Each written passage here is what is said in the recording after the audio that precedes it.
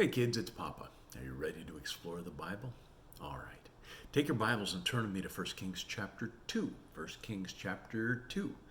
Here we have the story or stories of a bunch of cleanup that Solomon had to deal with. Because David is dying, but before he dies, he gives Solomon some advice. And we're not going to talk as much about the advice that he gives him concerning his wisdom and following the Lord and that type of thing. But he does say there are some people that you're going to need to deal with. And so he mentions these people, and he mentions them all, and then he dies, and then Solomon deals with them. Let's take them one at a time and see what actually happened. First of all, he said, there are some people that you need to watch out for. First of all is Joab. Joab was David's general. And Joab had served David, except for the fact that Joab had decided that there were a couple of people that needed to die that David had made some agreements with. But I think because Joab knew that David had Uriah the Hittite killed. Do you remember Uriah the Hittite? He was the husband of Bathsheba, the woman that David had adultery with. And Joab knew about this.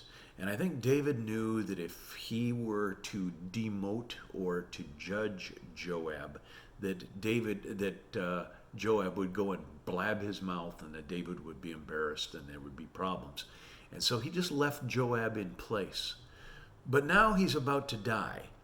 And Solomon, the son of Bathsheba, is on the throne.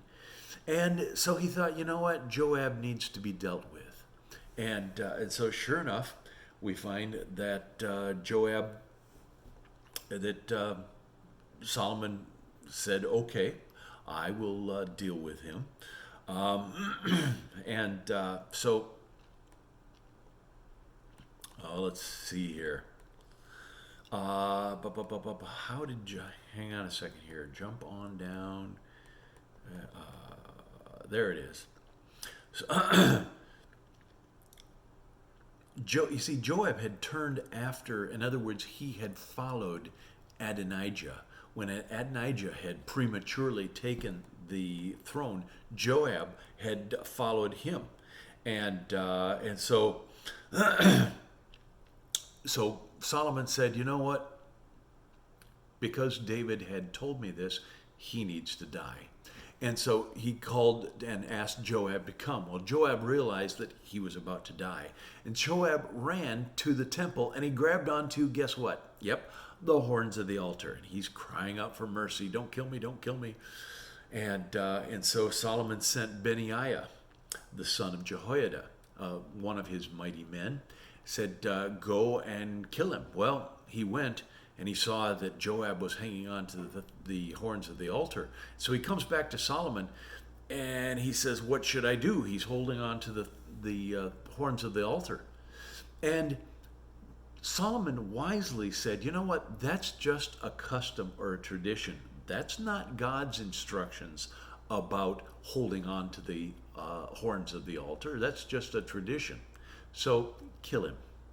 So Benaiah went and said, Joab, step away from the altar. And Joab said, no, you're going to have to kill me here. So Benaiah said, okay, and killed him there.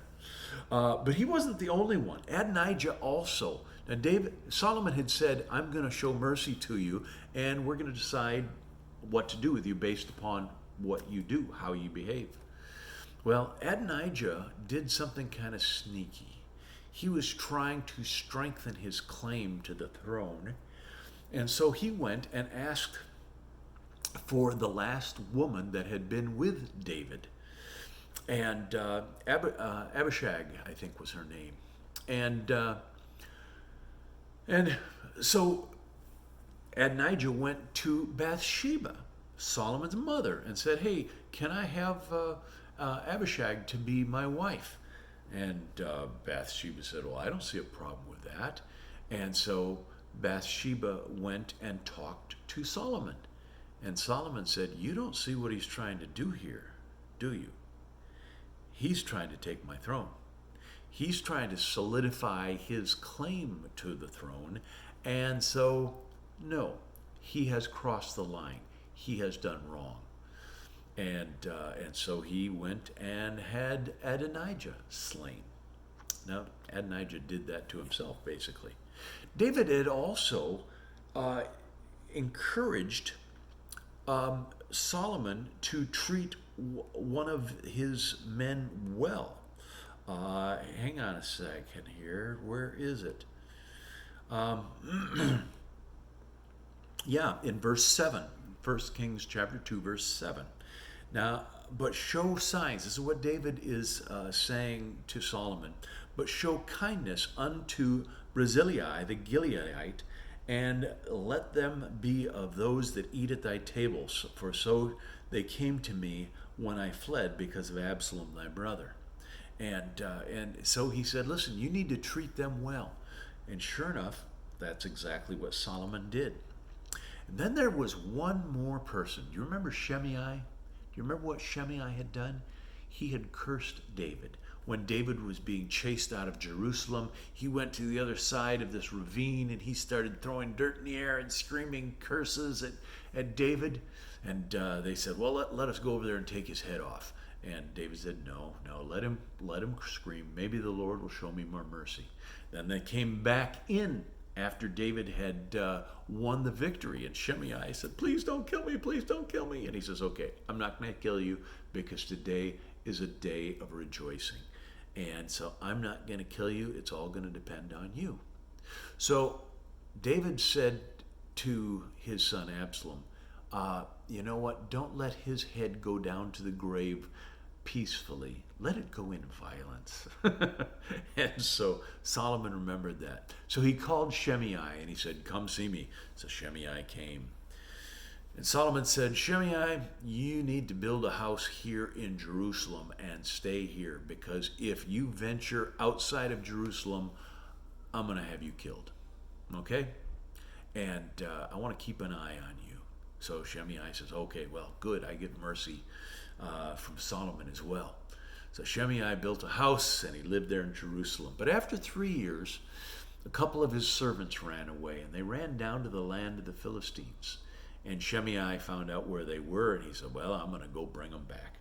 And so he went down to the land of the Philistines, and brought them back. But when he came back, he found that Solomon had found out. And Solomon said, you know what? He has pronounced judgment upon himself. Go kill him. And they did. Now, Solomon was willing to show mercy, but he was also willing to let these people reveal who they were and whether or not they were going to obey. And sure enough, these people all revealed whether or not they were able to be trusted. Here's the thing. Many times God does that. Many times God gives us opportunities to either serve him or to reject him.